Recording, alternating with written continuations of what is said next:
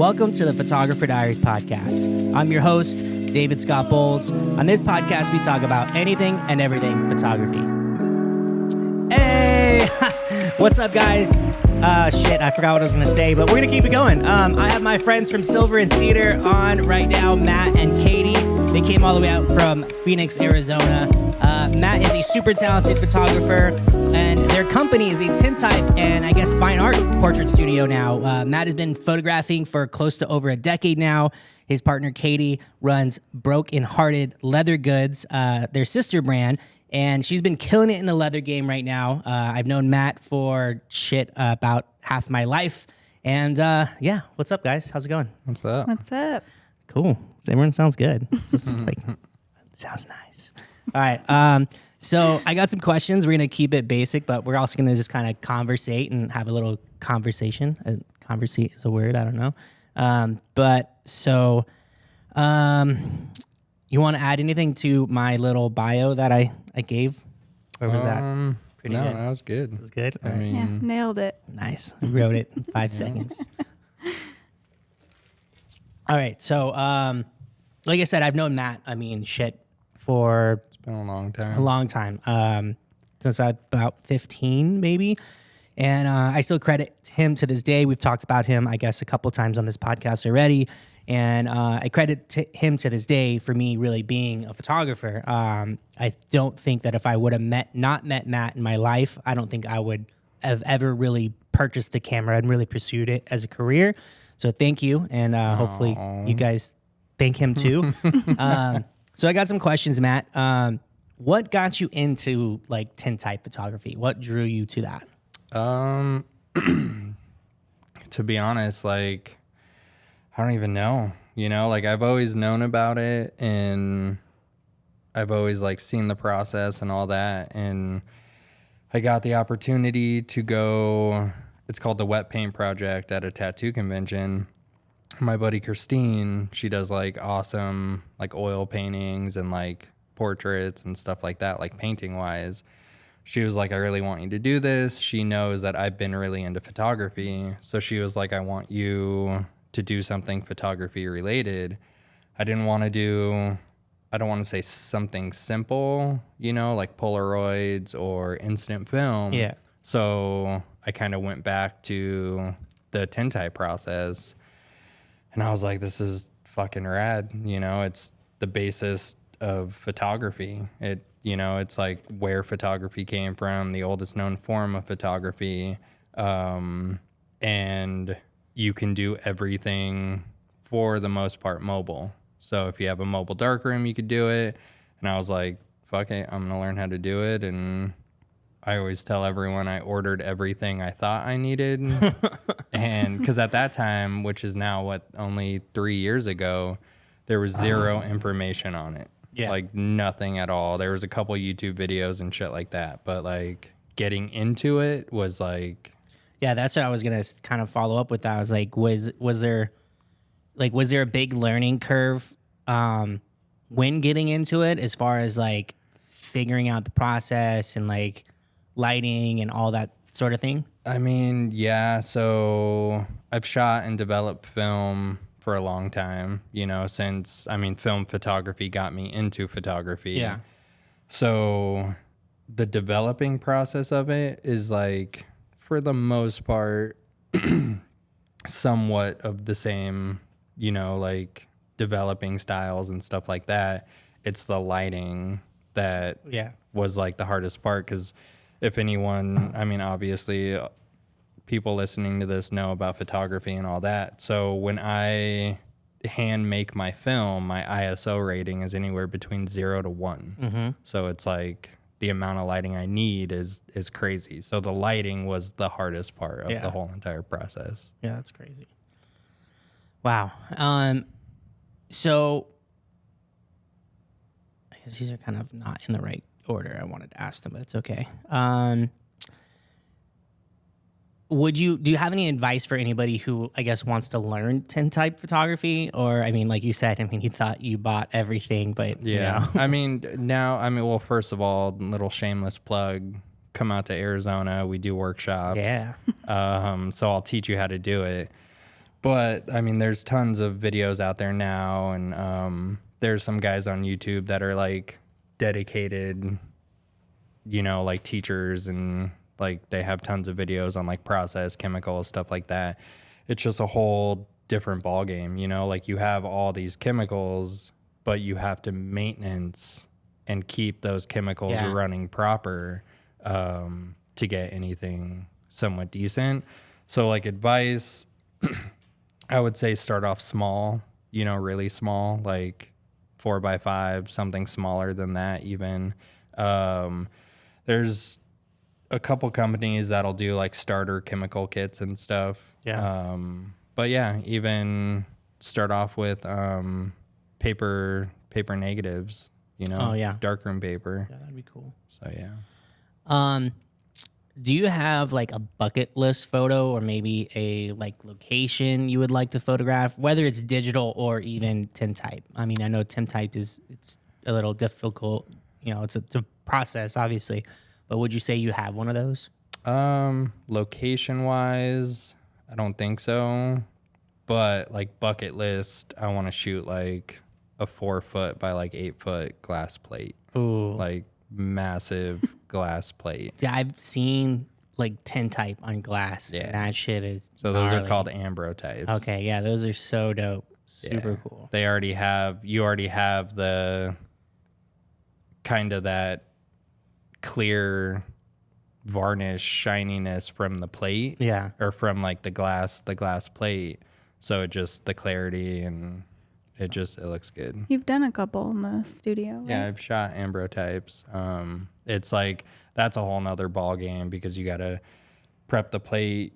You have to you can't just wipe it off with like alcohol or clean the plate because you'll see all those streaks in it. So there's like a whole nother aspect to cleaning and stuff.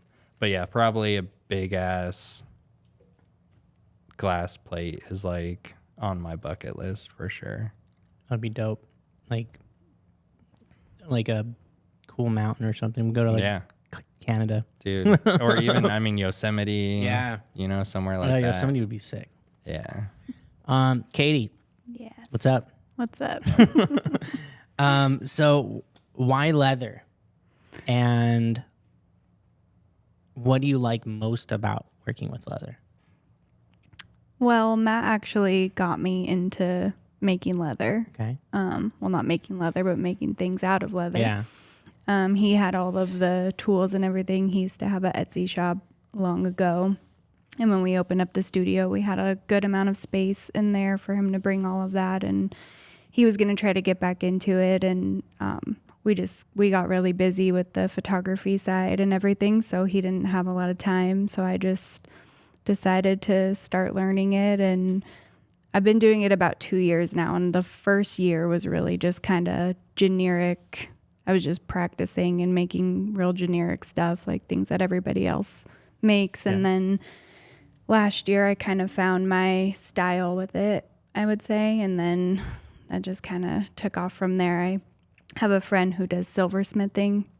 Oh, that's cool. Yeah, she does amazing work. And she, same vibe as me. And she's kind of newer to it when we met. And so we kind of just discovered our styles together, and having somebody else like creative like that to kind of bounce ideas off of. And we did a lot of collaborations, which helped spark a lot of ideas, and working with other tattoo artists too. That was a big thing, and incorporating their artwork. We have a laser engraver, and so we laser engrave the artwork into the leather, and that I loved it. Like, I love putting stuff together. So I think like making a design and then adding artwork to it, and then coming up with some sort of like silver combination to add to it too, just to give it all a whole vibe, like a one of a kind piece. That's dope. But I mean, if anyone knows Katie, like this wouldn't have been possible. Like Silver and Cedar in general, the TinTypes. Of course. All that. So like she runs the back end of everything. Yeah. So like when we started the TinType company, she was literally the brains behind everything. Yeah. I just had the technical skill to do it. You were just the robot. Yeah, come in. that's where she came into play with all the photography side.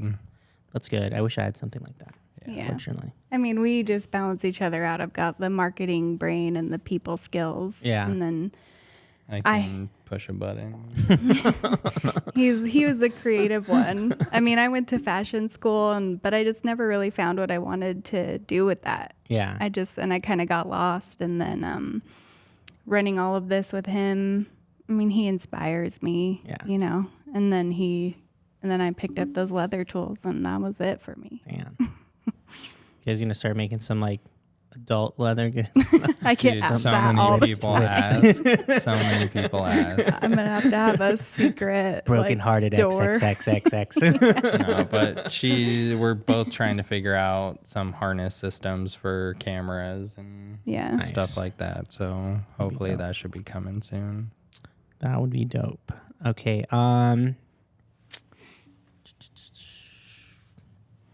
Wow, I don't even know what I spelled right here. Okay, there we go. So you just started doing digital again recently. Yep. In the studio. What are you shooting with and why? So right now, I mean, Fuji all day, every day. Fuji is king of kings. Like, I don't care. You can send me the hate mail, but dude, Fuji, I've been on Fuji now for maybe going on 6 years or so. At least 5. Yeah, for a long time. And I just ended up getting the GFX line. So I shoot medium format. I shoot the Fuji GFX 50S2, and then pretty much the 80-1.7 is on there nonstop. It's just, I mean, Fuji is the color science to them. Stepping up to medium format was like game changer. Yeah. That was fucking awesome. If you've never shot digital medium format, I was like, I don't, like the hype is cool, but I wasn't too sure like how I was going to feel about it. And just seeing that first photo was like insane.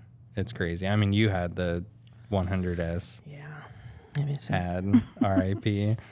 No, I've already made a video about this, but like going back to Fuji, like hopefully soon. Because I mean, same thing. I miss the color science. I miss the ergonomics of the camera, and just like, it's just a fun camera to use, but also like set aside like technical things. Like Fuji as a company, I feel like really embraces their community more than like other brands like that I shoot on now. Like they don't give a shit about like the people that, use their brands because they're, everyone has them. Yeah. And like, that's kind of like the disappointing thing. And it's a dumb thing to be upset about, but it's like, I mean, dude, out of all the years I've been shooting, this is the first company they release a camera. Everyone's like, oh, that's a cool camera. Shoots 1080p video. And they're like, you know what? We could do 4K. Yeah. So let's send 4K to the people. yeah. And yeah. like, that hasn't made you pay for it. Exactly. Have done that. And they're a good company. And I think that like, I like I don't know, like, so you go to like Disneyland, everybody and their mom has a Sony camera in their hands, you know what I mean? But like, you don't see people shooting Fuji often. No. And I like that like, it's not a camera that everyone's using, which is a good thing, but it also could be a bad thing. Cause if you're at a wedding and you're shooting and you forget a battery and you shoot Fuji and the other guy's shooting Canon or something, like, you're like, fuck. Yeah. Okay. Yeah. I don't know. I'm definitely not one to talk about the whole kind of falling for a camera system or the newest pretty thing out, because I'm pretty bad with it. I think we all are. Yeah. But it's like Fuji has allowed me to step back and shoot a 24 megapixel crop sensor and not give a fuck. Yeah. Like, I just shoot it because it's fun.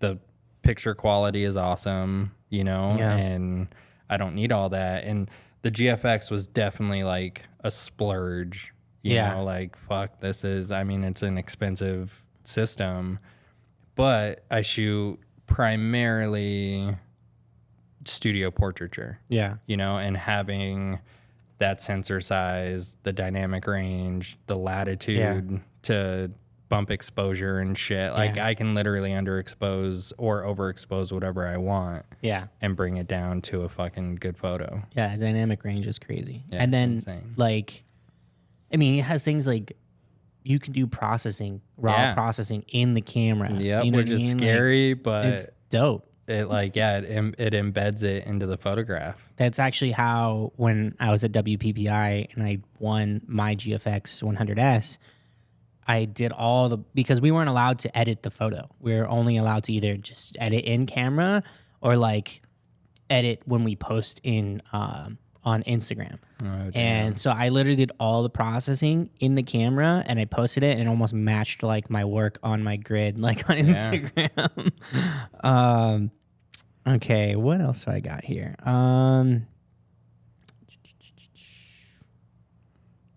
Okay, so I feel like this is a tough one because you kind of already do something else, but we will. So Matt is also a tattoo artist in Arizona too. So he's not going to answer this question as far as that's related. But if you could do anything else besides what you're doing now with photography, what would you do? And I guess this could be a 2-part question. Like Katie, what would you do besides doing leather goods or anything else? Like, what do you think that you would be doing in life? I don't know. That's hard because I was really lost when I started doing leather. I was just not really sure, but I guess I kind of always, I mean, I love animals. Yeah. So I kind of always saw myself doing something with animals, or possibly like something in psychology or like a social worker. I was kind of tossing that idea around, just helping people. You know what I think that you could do? What? Interior design. Yeah. I know everyone who comes into the shop. Yeah, you're is- good. You're great at that. I mean, Thank you guys' you. house is dope. Your studios are dope. So yeah, I think that you definitely could. Yeah. I get like, create a design firm or something. it gets me just really like, it takes me too long. Like I like have to like think about it Yeah. for a really long time. So I can't imagine putting like a client through that. No, like, I know through my it's hard. I mean, process. when I built my studio and I did the sets, I was just like, how the fuck do people do Yeah, this? it's I just like, I get like an image. Like Yeah. I feel like a vibe and I just like kind of, usually in my sleep, like I'll get this like image and idea and then just kind of work off of it. Okay. That's, yeah. I don't know. I don't know if I would do it ever as a living, but it is Yeah. something I enjoy. That's good because wouldn't want. Sometimes it's hard to do something as something that you enjoy. Like, you know, as a photographer, I love photography, but you know, there is burnout, and you can get there to a point where you're like, "Fuck, why am I doing this? Like, I want to go do something else." But I don't think I've gotten there yet. But there's definitely some clients that I'm like, "Why the fuck am I working with this client?" Yeah. But Matt, what do you think that you would be doing if you weren't doing photography right now? I mean, we always joke around, and I think I'd be a really good stay-at-home dad. I'm not joking. We talk I'm about really that. good at that. Really? So, You're yeah. just like coming into that, just like old I'm man too old for that comfort, shit. Like, you know. I'd rather stand in my kitchen and stare out my window, He does that. you know, for 30 minutes than fucking work. He's on. Like, He's on the camera. He's like, "Hey, there's someone in the backyard." oh, 100. Dude, I got cameras on the patio. Like, I got cameras everywhere. But it's like, yeah, I don't know. I've been into photography for so long that it's like I finally have gotten to a point in photography where, like, looking back at it, I'd be like, there's no fucking way. Yeah. I'm sure you feel the same way. Yeah. Like, owning a studio and literally doing it for a living, that I don't even know. Yeah, a coffee shop would be A coffee shop would be fucking dope. awesome. That's like That's like something that I think's on my 5-year radar. Maybe Yeah. there's a cool coffee shop in I think it's in Florida or something like that, which is even weirder. But it's called Create Coffee, and it's a photography studio and a coffee shop. Yeah. So you walk in, the front end is a whole coffee shop, and then they have a little studio in the back that you can like rent out. And I was like, dude, that'd be so dope. Yeah. So I think, a coffee shop. And I don't want to like work it, you know? Yeah, I no, just of wanna course. Own I it just wanna own it, and yeah. like get the top of the top, like Yep. roasters and shit like that. We just want really good coffee. And just sit there all all the fucking time. day. Yeah. You know, just sit there all day. I just went to James Co. Coffee, which is like, you know, the big like Peter McKinnon is like a sponsor by him or whatever. Or I think he owns like part of the company. Where is that at?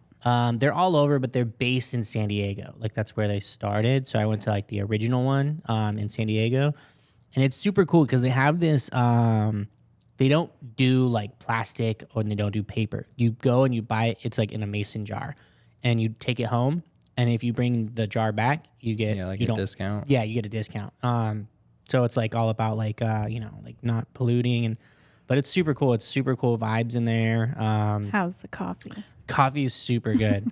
And it's like they're precise. Like I saw this girl like putting the thing on the scale and like sliding it off. It was like, and I was like, man, they're like Wow. too precise. Is for his me. like logo skull like No, but he has they have like a hat collab that they did, and it's like their owl logo that they have, and then it just has like Peter's signature on it. Hell It's yeah. pretty sweet.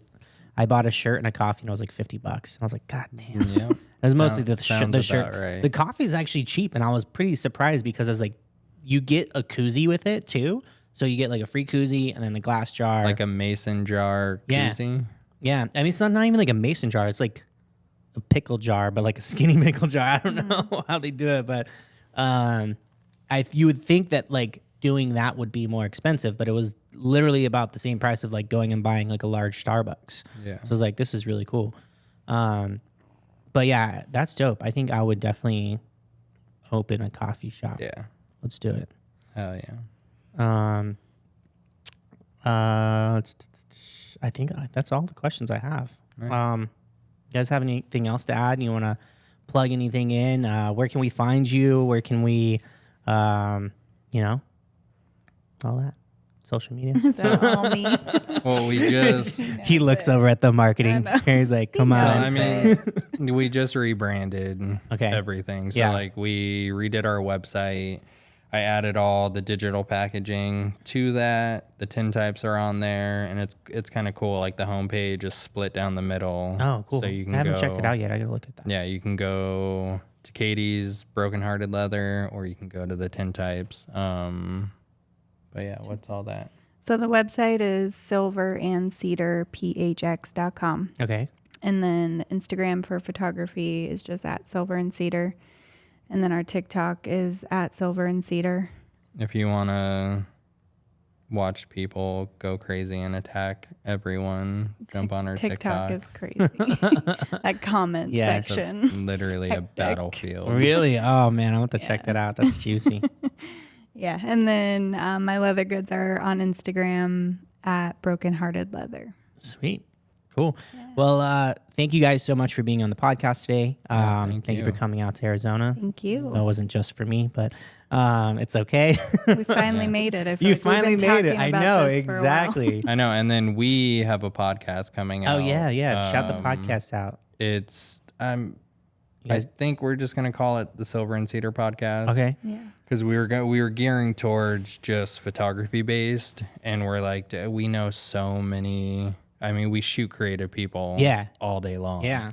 So it's like, why not open it up? But our first guest is super cool and really good film photographer in Phoenix. And she's also a writer, and just like you could listen to her talk like all day long. It's a good 2 hours of just goodness. We're gonna split it up and Yes. shit, but yeah, we want you on it, so we'll figure Definitely. all that out. And Definitely. And we're gonna have to have you back on this on another episode too. Yeah. We'll come out and do it at your studio or something. hell yeah. Well, cool. Thank you guys so much. And thank you to everybody who's listening to the podcast. Remember, if you're listening to Spotify or you're watching this on YouTube, leave a comment or a review. And wherever you get your podcasts, all that cool stuff. Peace. Bye. Later. That felt forced.